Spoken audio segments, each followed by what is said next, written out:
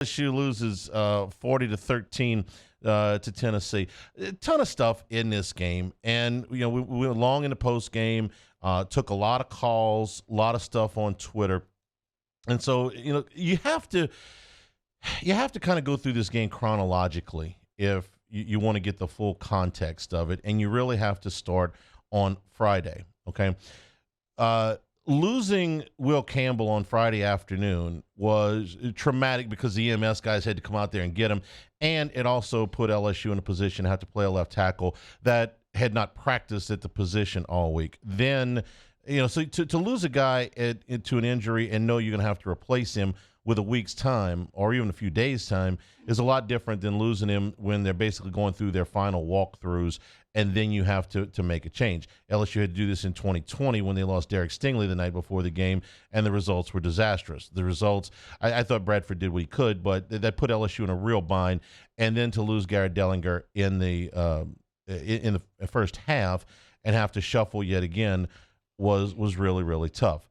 LSU played the entire game virtually behind by 2 scores.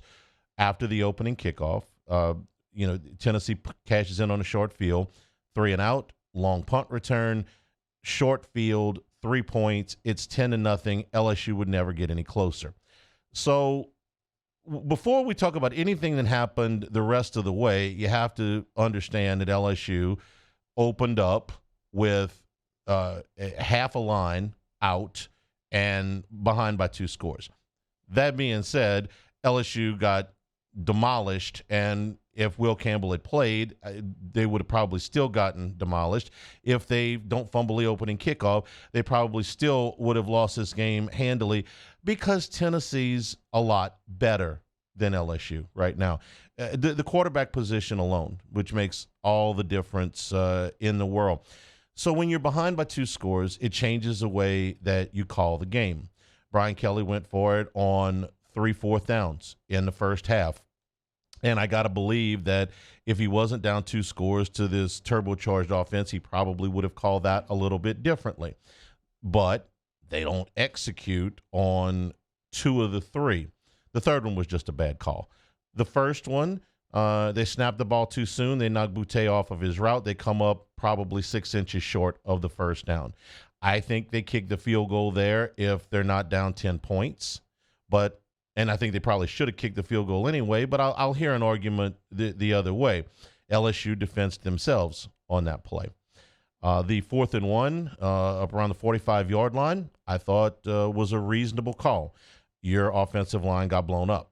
You tried to run the football. It's a reasonable call, and you got beat because the other guys were better up front all day. The 4th down and 10 was a desperation, kind of a panic call. I would say to you that was probably the worst call he made all day. I can make my peace with the first one. I agree 100% with the second one. The third one, that reeked of desperation. At that point, you were only down 20-7. It's disappointing that you got into Tennessee territory and couldn't cash it in right before the half. But your chances of making a 4th down and 10 when Tennessee knows you have to throw the football and you have a quarterback that is reluctant to let it go a lot of times, you knew you were going to get blitzed. Your chances of making that 4th down and 10 are probably less than 20%. So I disagreed with that one. LSU not able to get any kind of run game going. Again, you're behind the whole day. Your special teams put you in a hole, as they have in multiple games this year. The special teams were terrible in game 1, and there have been a few little, modifications that have improved things here and there. But for the most part, you're still having plays on special teams every single game that are costing you big time. And they dictated pretty much everything that happened in this game. I don't know that there was a single decision that was made in this game that wasn't predicated on the fact that LSU was behind the whole game. It forced them to play a way that they are not very good at. Now let's get to the quarterback. Jaden Daniels, the numbers look good at 300 yards, at 32 of 45. There were some plays where he did throw the ball down the field. There were a couple of 3rd downs in the first half when the game wasn't out of hand yet to Malik Neighbors. One was on a 3rd down and 8 when Neighbors was covered, and he fit the ball in there very nicely. It was a good, strong throw. Got him a first down. 2 drives later, there was a 3rd down and 10 to Neighbors for 15 yards where he bought himself a little bit of time and, again, made a good, strong throw. But there were many other times where he held the ball too long. There were receivers that were open that he didn't hit. I think the temptation for people is that they have to take a side where Daniels is concerned and either say that he's great or that he's terrible. And in my opinion, he's neither. He is not a great passer, but a great quarterback, but he's not a terrible quarterback either. Putting him in that situation on Saturday where he's behind and they've got to put the ball in the air 45 times, he's never going to look great doing that. He's going to look much better if he's got a running game to complement him. They move him around a little bit. Well, none of that happened. Because Tennessee was ahead by so much, they were able to run the football, and they flat wore LSU's defensive front out to the tune of 263 yards on the ground. So a lot of things went wrong on Saturday. Some of them coaches' faults, some of them players' faults, some of them nobody's fault. Tennessee's just better, and they're especially better at quarterback. When you have a great quarterback like Hendon Hooker, it opens up everything else to you. He was a great quarterback here 3 years ago, okay? How much did he open up things? It was a great team in 2019, really. I mean, everybody got drafted. But would they have gone 15-0 with a average quarterback? No. Would they have gone 15-0 with a slightly above average quarterback? Probably not. They had an elite quarterback. Tennessee has an elite quarterback and absolutely took advantage of everything LSU had to give them. So you have special teams problems that have continued. You have offensive line problems that have continued. That's not really their fault, the offensive line part, but it's happening. Your defense was up against a group that was dynamic both in the run game and the pass game, had an experienced quarterback. By the way, I didn't know he was 24 until that stat came on the broadcast. I probably should have known that. I knew he was an older guy, but I didn't realize he was 24. It's a big difference between 24-year-old quarterbacks, and just ordinary quarterbacks, especially when they're moving, up the way that he is into an offense that completely complements his talents. So you got a defense that's being worn down. LSU can't run the football. You're not getting as many of the throws down the field as you would like, though you got a few more this week than you have in the past. Your special teams are in shambles right now. All of these things cause the coaches to have to call the game differently than they would have. Number one question that I would ask to Brian Kelly is, where was Harold Perkins on Saturday? My guess is that we're going to get an answer somewhere along the lines of Tennessee's tempo did not allow them to substitute, and or there were some defenses that the young freshman is not comfortable with.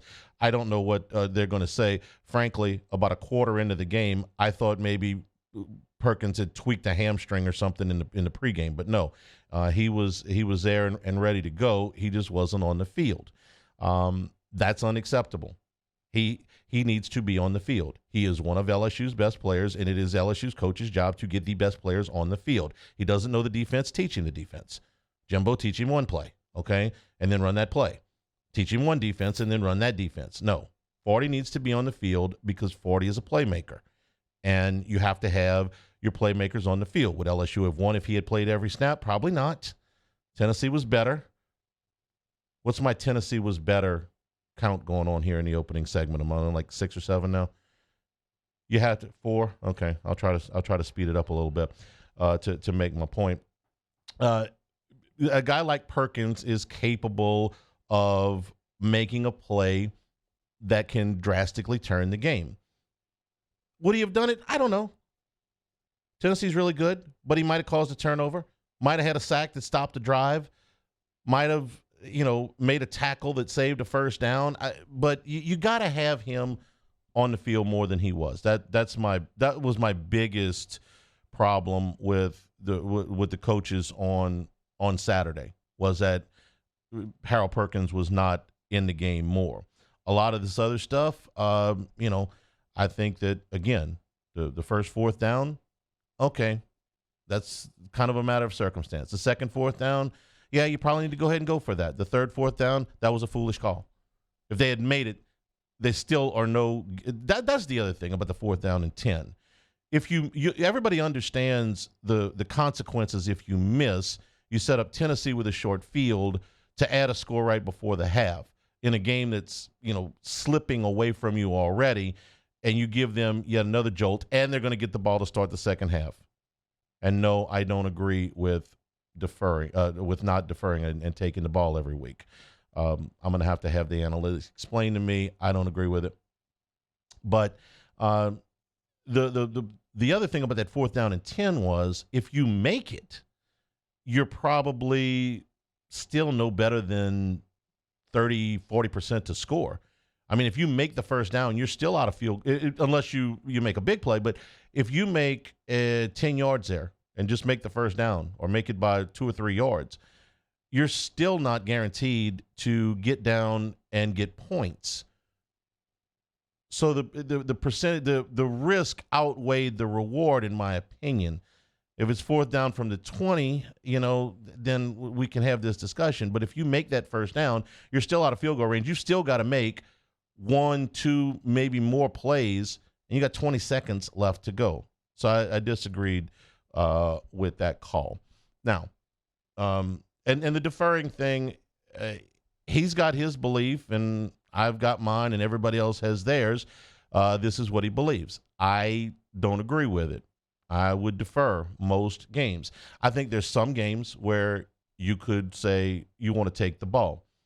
For instance, if Alabama against Tennessee this week in Neyland Stadium, the biggest game in Neyland Stadium in 15 years, wins the toss and says, and assuming Bryce Young's playing, that we're going to take the ball because we don't want to put Hendon Hooker on the field first. We want to put in this stadium, in this situation, we want to put Tennessee's worst unit on the field.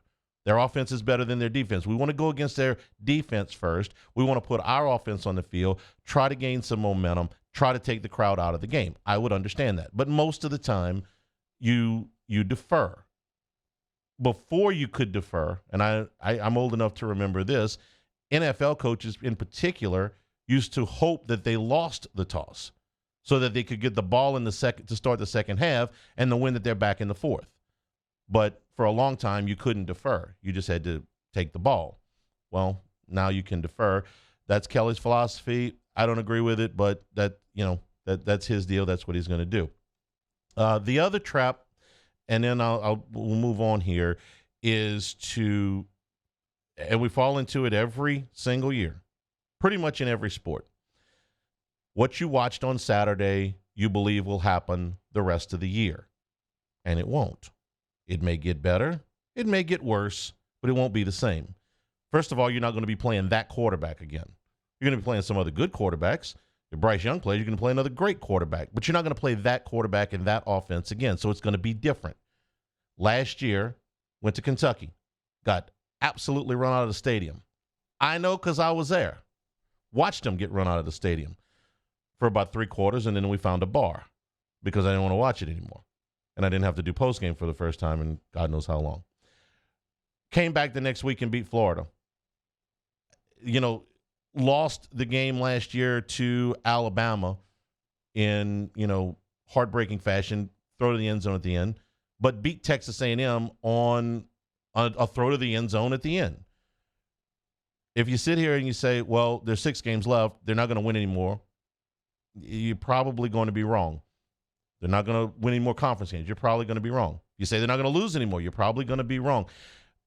LSU, I put this on Twitter yesterday, is probably, painful as this is to accept, probably about where we thought they would be, about where they thought before the season.